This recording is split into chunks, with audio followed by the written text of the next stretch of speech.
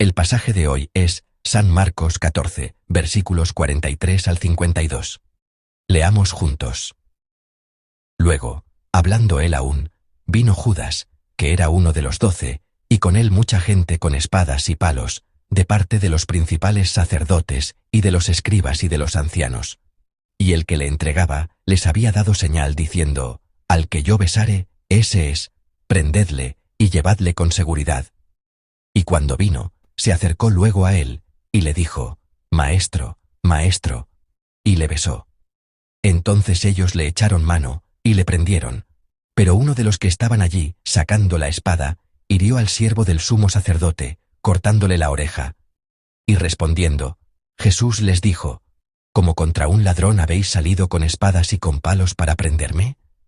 Cada día estaba con vosotros enseñando en el templo, y no me prendisteis, pero es así, para que se cumplan las Escrituras. Entonces todos los discípulos, dejándole, huyeron, pero cierto joven le seguía, cubierto el cuerpo con una sábana, y le prendieron, mas él, dejando la sábana, huyó desnudo. Amén. Hoy compartiremos la palabra bajo el título Ser un discípulo.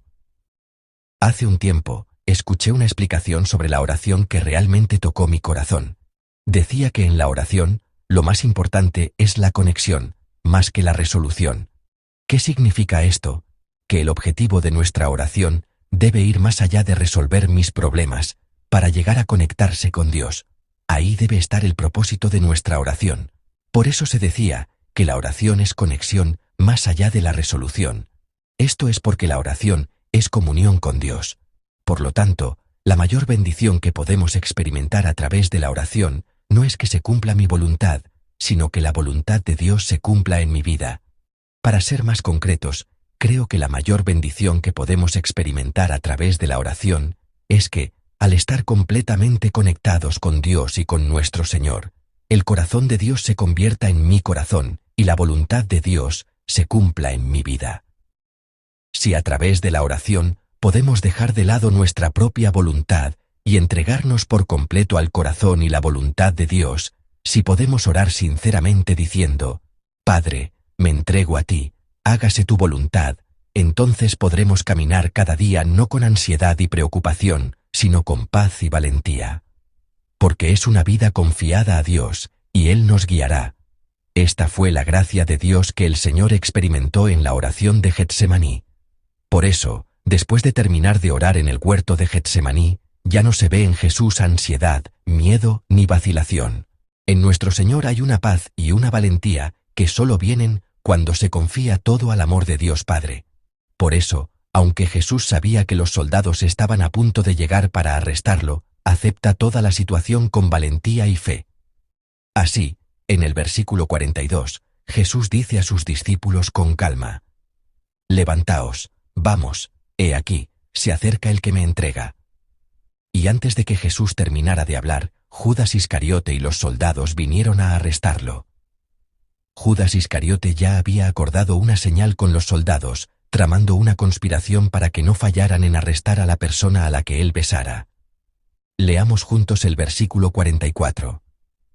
Y el que le entregaba les había dado señal, diciendo: Al que yo besare, ese es, prendedle y llevadle con seguridad. Amén. Aquí, el punto que debemos notar es cómo cambia la designación de Judas Iscariote.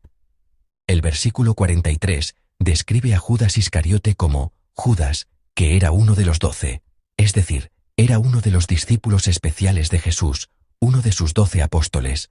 Pero el versículo 44 ahora describe a ese mismo Judas como el que le entregaba, el que entrega a Jesús. Él ya no es un discípulo, sino el que entrega a Jesús. Hermanos y hermanas, que Judas Iscariote fuera un discípulo de Jesús, significa que fue alguien que dejó todo para seguir el llamado de Jesús. Era una persona que tenía una fe y un amor claros por Jesús. Sin embargo, su fe y amor por el Señor se fueron enfriando gradualmente, y se convirtió en una persona donde el cálculo prevalecía sobre el amor. Y finalmente, se convirtió en el que entregó a Jesús. Por eso, la palabra discípulo ya no le correspondía. Un discípulo es alguien que prioriza a Jesús por encima de cualquier otra cosa, y un discípulo es alguien que ama a Jesús más que a nadie.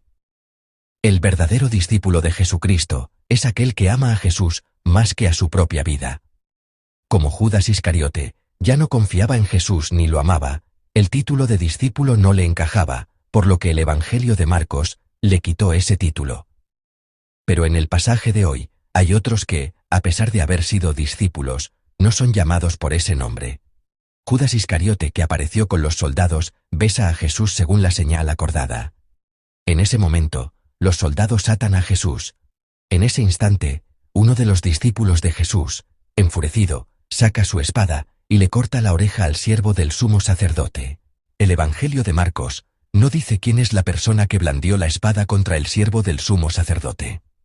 A través del Evangelio de Juan, sabemos que el discípulo que blandió la espada fue Pedro. Pero Marcos no lo llama Pedro, ni tampoco lo llama discípulo. Leamos juntos el versículo 47 para ver cómo lo describe. Pero uno de los que estaban allí, sacando la espada, hirió al siervo del sumo sacerdote, cortándole la oreja. Amén. El Evangelio de Marcos se refiere a Pedro simplemente como uno de los que estaban allí. La razón de esta expresión es que la acción de Pedro no era en absoluto digna de un discípulo de Jesús. En el pasaje paralelo de hoy, Mateo 26, Jesús le dice claramente a Pedro en el huerto de Getsemaní, mientras éste blande la espada: porque todos los que tomen espada, a espada perecerán. Jesús está diciendo que un discípulo suyo no debe responder a la violencia con violencia, ni al mal con mal, sino que debe vencer el mal con el bien. Pero Pedro está tratando de impedir, de una manera humana, el plan de salvación de Dios que debía cumplirse a través de Jesús. Por lo tanto, aunque tenía celo por Jesús, era ignorante de la voluntad y el corazón de Dios para con él. Esta imagen de Pedro, que simplemente respondió a la violencia con violencia, guiado por su temperamento, no es una imagen apropiada para un discípulo de Jesús, por lo que el Evangelio de Marcos le quitó el título de discípulo. Finalmente, en el pasaje de hoy, hay otros que, siendo discípulos, no son llamados así. Jesús sabía que su arresto no era un suceso repentino, sino algo que se realizaba dentro de la providencia de Dios. Él sabía muy bien que todo esto era parte del plan de salvación de Dios, para rescatar al mundo entero, un proceso, para cumplir ese plan de salvación, que su arresto estaba dentro de la providencia de Dios. Por eso, Jesús habló claramente a la multitud que vino a arrestarlo. Leamos juntos el versículo 49. Cada día estaba con vosotros enseñando en el templo, y no me prendisteis. Pero es así, para que se cumplan las Escrituras. Amén. De esta manera, Jesús, quien se había unido completamente al corazón de Dios Padre a través de la oración, interpreta y acepta toda esta situación desde la perspectiva de Dios. Por el contrario, para los discípulos que no habían orado, la situación del arresto de Jesús era la desesperación misma. Entonces, cuando sintieron que los soldados también podrían arrestarlos a ellos, ¿qué hicieron los discípulos? Leamos juntos el versículo 50. Entonces todos los discípulos, dejándole, huyeron. Amén.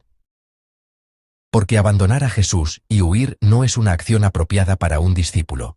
Un discípulo de Jesús no abandona a Jesús. Aquellos que no abandonan a Jesús en ninguna situación, y lo siguen, son los verdaderos discípulos de Jesús. Por eso, el versículo 50 les quita el título de discípulo. Hermanos y hermanas, a través del pasaje de hoy, deseo que reflexionemos si el título de discípulo de Jesús, es apropiado para mí. A través de la palabra de hoy, Dios nos dice claramente qué es un discípulo. Un discípulo es, ante todo, alguien que ama y prioriza a Jesús por encima de todo. Un discípulo es alguien que vence el mal con el bien. Un discípulo es alguien que puede interpretar y aceptar las situaciones desde la perspectiva de Dios, basándose en la palabra. Un discípulo es alguien que, en cualquier situación, no abandona a Jesús, sino que lo sigue. Por lo tanto, hermanos y hermanas, creo que, así como el Señor nos llamó a ser discípulos, también nos dará el poder para vivir como tales. Y creo que este poder, el poder para vivir como discípulos, comienza con la oración. Por eso, hoy Dios nos ha llamado nuevamente a este lugar de oración. Por lo tanto, anhelo que, al buscar la gracia y el poder del Señor en oración, nos convirtamos en discípulos de Jesús que realmente viven como sus discípulos en el lugar que nos ha sido dado hoy. Amando al Señor por encima de todo, y eligiendo, hablando y actuando, priorizando el corazón y la voluntad del Señor por encima de nuestro propio corazón y voluntad. Anhelo que haya una decisión y una práctica de fe para vencer el mal con el bien en las relaciones que se me han dado. Anhelo que haya la gracia de poder interpretar y discernir mi situación desde la perspectiva de Dios, basándome en la palabra. Cuando tal gracia se acumule en nuestras vidas, cuando se acumule en nuestro día a día, creo que podremos convertirnos en verdaderos discípulos que no abandonan a Jesús, sin importar la situación, la crisis o la amenaza que se presente, sino que lo siguen hasta dar la vida. Así, que todos nosotros, ustedes y yo, vivamos el día de hoy como verdaderos discípulos de Jesús. Bendigo en el nombre del Señor que así sea.